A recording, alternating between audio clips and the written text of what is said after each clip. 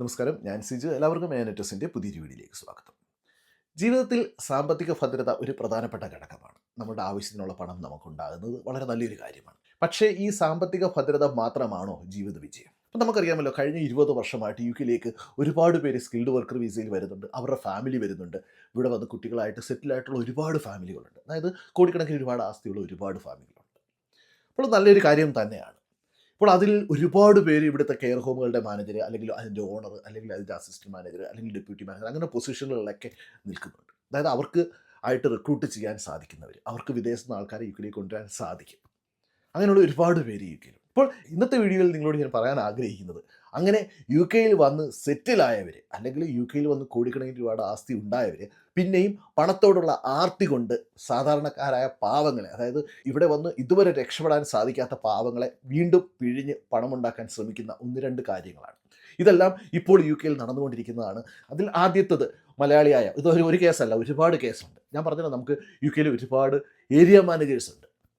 പല പല വലിയ വലിയ കെയർ ഹോം ഗ്രൂപ്പിൻ്റെയും ഏരിയ മാനേജേഴ്സ് ഉണ്ട്. അവർക്ക് അവിടെ റിക്രൂട്ട് ചെയ്യുന്നതിന് അവർക്ക് സാധിക്കുന്നതാണ് COS കൊടുക്കുന്നത്. അന്നേരം അങ്ങനെ COS കൊടുത്ത് കോടിക്കണക്കിന് രൂപ ഉണ്ടാക്കിയ പല ഏരിയ മാനേജരും അറിവുണ്ട് യു കെയിൽ. നമുക്ക് സന്തോഷം, അവർ പൈസ മേടിച്ച് അറ്റ്ലീസ്റ്റ് അവർക്ക് ജോലി കൊടുത്തത് കൊണ്ട് വലിയ പ്രശ്നമില്ല.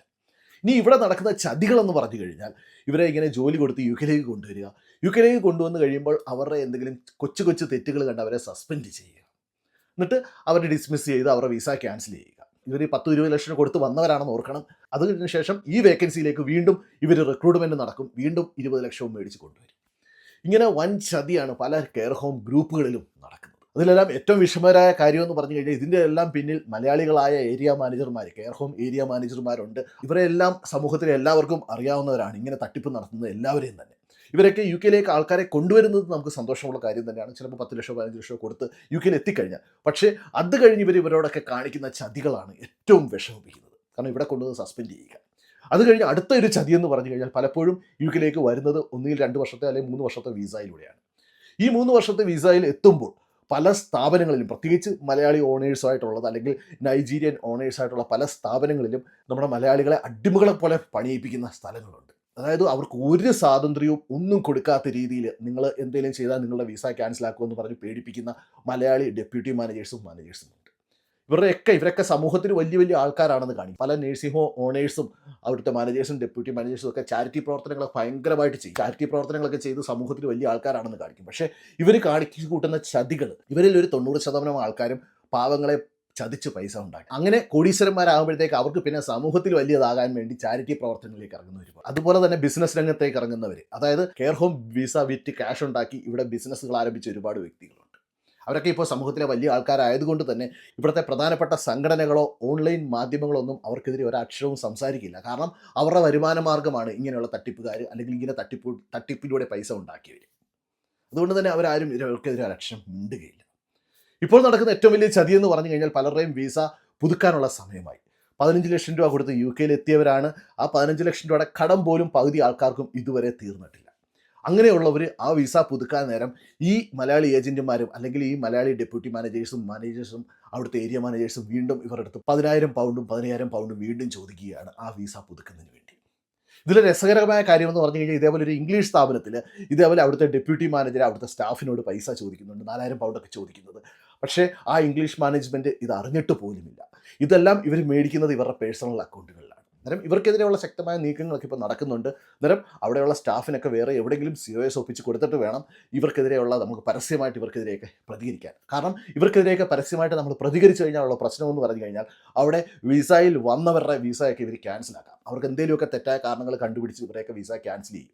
അങ്ങനെ ക്യാൻസൽ ചെയ്ത് കഴിഞ്ഞാൽ ഇവർക്കൊക്കെ തിരിച്ച് നാട്ടിലേക്ക് പോകേണ്ടി വരും. അതുകൊണ്ട് തന്നെ ഇവരെയൊക്കെ ഒന്നും എവിടെയെങ്കിലും ഒന്ന് സെറ്റിലാക്കി കഴിഞ്ഞാൽ, അതായത് എവിടെയെങ്കിലും നല്ല COS കിട്ടി നല്ലൊരു സ്ഥാപനങ്ങളിലേക്ക് ഇവരെയൊക്കെ മാറ്റിക്കഴിഞ്ഞിട്ട് വേണം ഈ മാനേജർമാർക്കെതിരെയൊക്കെ നമുക്ക് പരസ്യമായിട്ടുള്ള വീഡിയോസ് ചെയ്യുന്നതിന് വേണ്ടി. ഇതിൽ ഏറ്റവും വിഷമകരമായ കാര്യം, ഇതെല്ലാം യു കെയിൽ എത്തി ഇവിടെ വന്നു കഴിഞ്ഞ് ഇവിടുത്തെ മാനേജർ, അസിസ്റ്റന്റ് മാനേജരൊക്കെ ആയവരാണ്. അവരാണ് പാവങ്ങളെ പിന്നെയും പിഴിയുന്നത്. ഈ വന്നവരെല്ലാം തന്നെ നാട്ടിലും കോടിക്കണക്കിന് രൂപയുടെ വീട് വെച്ചു, ഇവിടെയും കോടിക്കണക്കിന് രൂപയുടെ വീട് ഉള്ളവരാണ് പാവങ്ങളെ പറ്റിക്കുന്നത്. നമ്മളൊരു കാര്യം മനസ്സിലാക്കണം, ഈ യു കെ പോലൊരു രാജ്യത്ത് നിങ്ങൾ ഇനി എത്ര കോടി സമ്പാദിച്ചാലും നമുക്കത് അനുഭവിക്കാൻ വലിയ യോഗമൊന്നും ഉണ്ടാവുകയില്ല. കാരണം നമ്മളുടെ എല്ലാം ഒരു 90% ആൾക്കാരുടെയും അവസാനം ഇവിടുത്തെ കെയർ ഹോമുകളിലായിരിക്കും. ആ കെയർ ഹോമുകളിൽ കിടക്കുമ്പോൾ നമുക്കിനി കോടീശ്വരനായാലും പാവപ്പെട്ടവനായാലും അവിടെ കിട്ടുന്ന സർവീസുകൾ ഏകദേശം സെയിമാണ്. ഇനി പണമുള്ളവരാണെങ്കിൽ നമ്മളുടെ പണം ഉപയോഗിച്ച് നമുക്ക് കെയർ ഹോമിൽ കിടക്കാം. പണമില്ലാത്തവരാണെങ്കിൽ ഗവൺമെൻറ് നമ്മൾക്ക് വേണ്ടി പൈസ തന്ന് നമുക്ക് കെയർ ഹോമിൽ കിടക്കാം. ഈ വ്യത്യാസം മാത്രമേ ഉള്ളൂ. ഇനി നമ്മൾ നമ്മുടെ മക്കൾക്ക് വേണ്ടി പൈസ ഉണ്ടാക്കി വയ്ക്കും. ഇപ്പോൾ ഒരു കാര്യം നമ്മൾ മനസ്സിലാക്കേണ്ടത് യുകെയിൽ വരുമ്പോൾ ആദ്യത്തെ തലമുറയാണ് ഏറ്റവും കൂടുതൽ കഷ്ടപ്പെടുന്നത്. ആദ്യത്തെ തലമുറ ഇവിടെ വന്ന് കഷ്ടപ്പെട്ട് പൈസ ഉണ്ടാക്കും. പക്ഷേ രണ്ടാമത്തെ തലമുറ അത് എൻജോയ് ചെയ്ത് ജീവിക്കും. ആദ്യത്തെ തലമുറ ഹോളിഡേക്കും പോകാതെ അവധിയും എടുക്കാതെ ഫുൾ ടൈം ജോലി ചെയ്ത് ക്യാഷ് ഉണ്ടാക്കും. അത് വെച്ച് വീട് മേടിച്ചിടും, കാർ മേടിച്ചിടും, വസ്തു മേടിച്ചിടും, ഇതെല്ലാം ചെയ്യും. ഈ പൈസ കൊണ്ട് സെക്കൻഡ് തലമുറ അടിച്ചു പൊളിച്ച് ജീവിക്കും. അത് കഴിയുമ്പോൾ തേർഡ് തലമുറ വീണ്ടും കഷ്ടപ്പെടുന്ന ഒരു അവസ്ഥയായിരിക്കും വരുന്നത്. കാരണം ഇപ്പോൾ യു കെയിൽ സെക്കൻഡ് തലമുറയാണ് കൂടുതലും ഉള്ളത്. ഫസ്റ്റ് തലമുറ വന്നു, അവരുടെ സെക്കൻഡ് തലമുറ ഇപ്പോൾ ഒരുപാട് യു കെയിലുണ്ട്. അവരൊക്കെ ഒരുമാതിരി സെറ്റിലായതാണ്. അന്നേരം അങ്ങനെ സെറ്റിലായി, അതായത് മക്കൾക്ക് പോലും ഇവിടെ നല്ല ജോലി കിട്ടിയവർ പോലും 10-15 ലക്ഷം രൂപ വീതം പിന്നെയും ഇവിടെ വന്നവർ ഇന്ന് പിന്നെയും മേടിക്കാനുള്ള ശ്രമമാണ് നടത്തുന്നത്. അതുപോലെ തന്നെ നമുക്ക് ഇംഗ്ലീഷ് ലാംഗ്വേജിൻ്റെ റെഫറൻസ് കൊടുക്കുന്നതിന് വേണ്ടി 5-6 ലക്ഷം രൂപ മേടിക്കുന്ന മലയാളി മാനേജേഴ്സ് ഉണ്ട്. നമുക്കറിയാമല്ലോ, ഇപ്പോൾ IELTS OET എഴുതി പിൻ നമ്പർ ലഭിക്കാൻ സാധിക്കാത്തവർക്കുള്ള ഒരു മാർഗ്ഗമാണ് റെഫറൻസ് വഴി ചെയ്യുക എന്നുള്ളത്. ഈ റെഫറൻസ് വഴി ചെയ്യുക എന്നുള്ളത് ഉള്ളിൽ അവിടുത്തെ മാനേജർ അല്ലെങ്കിൽ അവിടുത്തെ അസിസ്റ്റൻറ്റ് മാനേജർ സൈൻ ചെയ്ത് കൊടുക്കണം. അവരുടെ ഇംഗ്ലീഷ് ലാംഗ്വേജ് ഓക്കെ ആണെന്നുള്ള രീതിയിൽ NMCക്ക് സബ്മിറ്റ് ചെയ്തതിന് വേണ്ടി. അന്നേരം ഇങ്ങനെ ഒരു പേപ്പർ സൈൻ ചെയ്ത് കൊടുക്കുന്നതിന് വേണ്ടി 5-6 ലക്ഷം രൂപ മേടിക്കുന്ന ഒരുപാട് മലയാളി മാനേജേഴ്സ് ഉണ്ട്. അന്നേരം ഇവരെല്ലാം പലപ്പോഴും ഒരു ബിനാമിയുടെ പേരിലായിരിക്കും പൈസ കൊടുക്കാൻ പറയുന്നത്. വളരെ ചുരുക്കം മാനേജേഴ്സ് മാത്രമാണ് അവരുടെ പേഴ്സണൽ അക്കൗണ്ടിൽ പൈസ മേടിക്കുന്നത്. ഇത്തരം ഇങ്ങനെയുള്ള ചതികളാണ് ഇവിടെ പലയിടത്തും നടന്നുകൊണ്ടിരിക്കുന്നത്. ഇത്തരം ഇങ്ങനെ പണത്തിന് വേണ്ടി മാത്രം ജീവിക്കുന്ന കുറച്ചധികം പേര് യു കെയിലുണ്ട്. നിങ്ങളൊക്കെ ഒന്ന് മനസ്സിലാക്കുക, പണം മാത്രമല്ല ജീവിതം. നമ്മളുടെ സമൂഹത്തിൽ നമ്മൾ മറ്റുള്ളവരെ സഹായിക്കാനുള്ള സമയം കൂടെ കണ്ടെത്തണം. ഇപ്പോൾ പൈസ ഉള്ളവരുടെ നിന്ന് നമ്മൾ മേടിക്കുന്നതിനെ ഞാൻ കുറ്റം പറയുകയില്ല. പക്ഷേ ഇവിടെ വന്ന് ഒരു ഗതിയും പിടിക്കാതെ ഇവിടെ വന്ന് 3 വർഷം ജോലി ചെയ്തിട്ട് ഇങ്ങോട്ട് വന്ന കടം പോലും തീർക്കാൻ സാധിക്കാത്തവരുടെ നിന്ന് പിന്നെയും 10,000-15,000 പൗണ്ട് ചോദിക്കുന്നത് എത്ര ക്രൂരതയാണ്. അത്തരം ഒരു കാര്യം പ്രത്യേകം ഓർക്കുക, പലയിടത്തും ഈ മലയാളി മാനേജേഴ്സോ അല്ലെങ്കിൽ ഡെപ്യൂട്ടി മാനേജേഴ്സോ അല്ലെങ്കിൽ ഏരിയ മാനേജർമാരോ പൈസ മേടിക്കുന്നത് ആ കമ്പനിയുടെ ഡയറക്ടർ ബോർഡിന് അറിയുക പോലുമില്ല. ഇവരെല്ലാം പറയുന്നത് അവരുടെ കമ്പനിയുടെ മുതലാളിക്ക് കൊടുക്കാൻ വേണ്ടിയാണെന്നാണ്. പക്ഷേ ഇതിൻ്റെ സത്യാവസ്ഥ എന്ന് വെച്ചാൽ പലപ്പോഴും ഇവരുടെ ഓണറോ ആരും ഇതിനെക്കുറിച്ച് അറിയുക പോലുമില്ല. അന്നേരം ഇങ്ങനെ യു കെയിൽ ഇങ്ങനെ തട്ടിപ്പിന് ഇടയാകുന്നവരുണ്ടെങ്കിൽ നിങ്ങളെല്ലാവരും മുന്നോട്ട് വരണം. നിങ്ങളെല്ലാവരും മുന്നോട്ട് വന്നിട്ട് നിങ്ങളെല്ലാവരും ഒരുമിച്ച് പ്രതികരിക്കണം ഇതിനെതിരെ.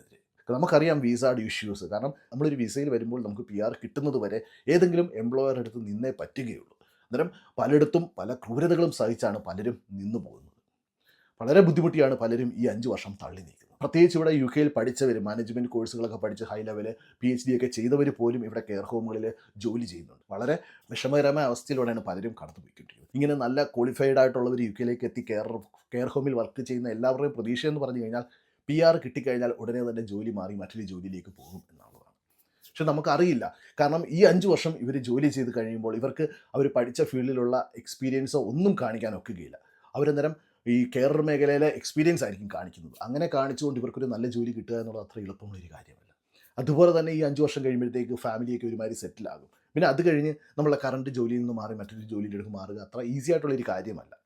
എന്നിരുന്നാലും നിങ്ങൾ യു കെയിലെത്തി, പ്രത്യേകിച്ച് ക്വാളിഫൈഡ് ആയിട്ടുള്ളവർ യു കെയിലെത്തി ഇപ്പോൾ കെയർ ഹോമിൽ വർക്ക് ചെയ്യുന്നുണ്ടെങ്കിൽ നിങ്ങൾ നല്ല ജോലിക്കുള്ള ശ്രമങ്ങൾ നടത്തുക, നിങ്ങളുടെ ഫീൽഡിലുള്ള ജോലിക്കുള്ള ശ്രമങ്ങൾ നടത്തുക. അപ്പോൾ ഇതുപോലെ കഷ്ടപ്പെടുന്നവരുണ്ടെങ്കിൽ നിങ്ങൾ നിങ്ങളുടെ കാര്യങ്ങളൊന്ന് നമ്മുടെ കമൻറ്റ് ബോക്സിൽ രേഖപ്പെടുത്തി കഴിഞ്ഞാൽ ഒരുപാട് പേർക്ക് അതൊരു സഹായമായിരിക്കും. ഒരുപാട് പേർക്ക് ഇതിനെക്കുറിച്ച് അറിയാൻ സാധിക്കും.